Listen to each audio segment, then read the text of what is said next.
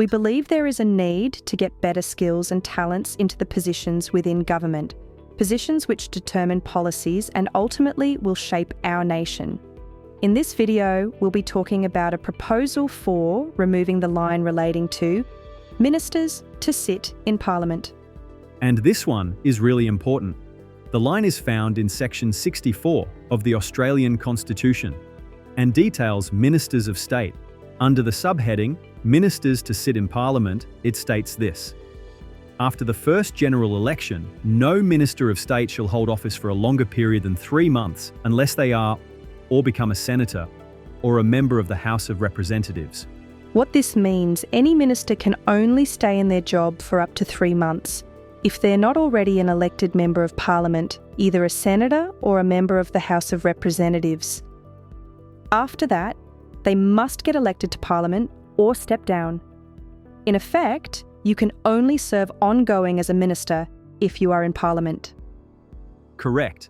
The Ministers to sit in Parliament line stipulates that ministers must be members of Parliament. This drastically limits the selection of ministers from the pool of parliamentarians, many who will have zero experience or knowledge in the department to which they will be assigned. As it stands now, rather than choosing the best person, it brings in political party and factional influence. Sure, the Governor-General formally appoints them, but in practice the Governor-General just follows the Prime Minister's advice, which is heavily influenced by the government's internal party factions. This is one of the things we would like to see changed. Okay, so what is the problem with the current model? Firstly, limited choice. The current model limits choices of ministers to the suboptimal people that sit in Parliament, many of which are union hacks or political staffers with no experience working in the real world. Second, capacity. You are in Parliament because you get elected, but the people who voted you in as their member expect you to work hard to represent them, not pursue your career. If a member is appointed to a ministry, which is very demanding on time, they don't have the capacity to do well at both. Something must give. It may be unforeseen, but sounds like another conflict of interest. You could say that, but then there is also the question of suitability. Many of these ministers will have limited commercial and administrative skills and might not be familiar, let alone expert, in the area to which they are assigned. They are simply not suited to the task. For example, a lawyer might become Minister for Health without ever working in medicine, or a former political staffer or union leader might handle finance without business experience. This can lead to career politicians who may know politics reasonably well, but lack real-world skills in specific fields like technology, science, education, or industry. What if this ministers to sit in Parliament line was to be removed via a referendum? That's what we are proposing because this would allow the Governor-General to select and nominate ministers from the broad population of the Australian people. And this would allow the Governor-General to find a suitable person with real-world experience to run each department. So can you explain how you see this being more potent than the current system? In short, it would lead to a more professional government. Think of it like hiring a qualified CEO for a business instead of promoting someone from sales, just because they're already in the company. And like we said, it sounds like this could reduce political games.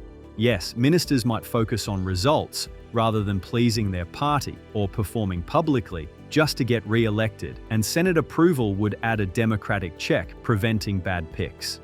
And even after ministers are appointed in the current system, the Senate has a role in what's called the House of Review. It has tools to scrutinise performance and can investigate the executive's actions. But it's not perfect. In a previous video, we talked about a more independent Senate. Now we are talking to the concept of ministers being selected because they are suitable for the role, but not just because they are a sitting member of Parliament. Could you outline some key things to show how this could work? Okay, well, let's start with Senate estimates. The Senate holds regular sessions, like Senate estimates, where ministers or their department officials are grilled on spending, policies, and decisions. Non-parliamentarian ministers would unchain performance from the party machinery, but they too would be required to appear and/or send representatives to answer questions. Committees. The Senate has committees on issues like health, education, or defense. These committees can summon ministers or their staff to explain their actions, investigate failures, or review policies. And there is legislative oversight.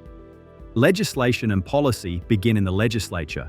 Then, once this policy bill is presented and approved through the Senate, the minister who is appointed responsibility for the portfolio must then implement it. So these mechanisms are in place and would continue. Good. But what is being proposed will not depend on ministers being elected parliamentarians. It sounds like we would get a deeper and more focused talent pool, but with less conflicted actors. Plus, the Senate's role as a check on the executive would still be strong. And it means the people in the roles would not have their time, efforts, and focus split between all the portfolio responsibilities and trying to keep their electorate satisfied. That sounds sensible. Stronger talent with more relevant skills and experience, focused on framing smart policy with less party control, and consistent review and scrutiny. Bottom line, a better governance model with a brighter future for our nation. Remember, these are just proposals. We are not implementing any changes. This can and will only be done with the consensus of enough people who are ready for change. And just to confirm, we are not a political party. Think of us more of a think tank or lobby group to help improve politics in Australia. To find out more about ABG and our other proposals, or become a member to get involved, head to www.australiansforbetter.com. Please keep a lookout for our other proposals in this series on the separation of powers.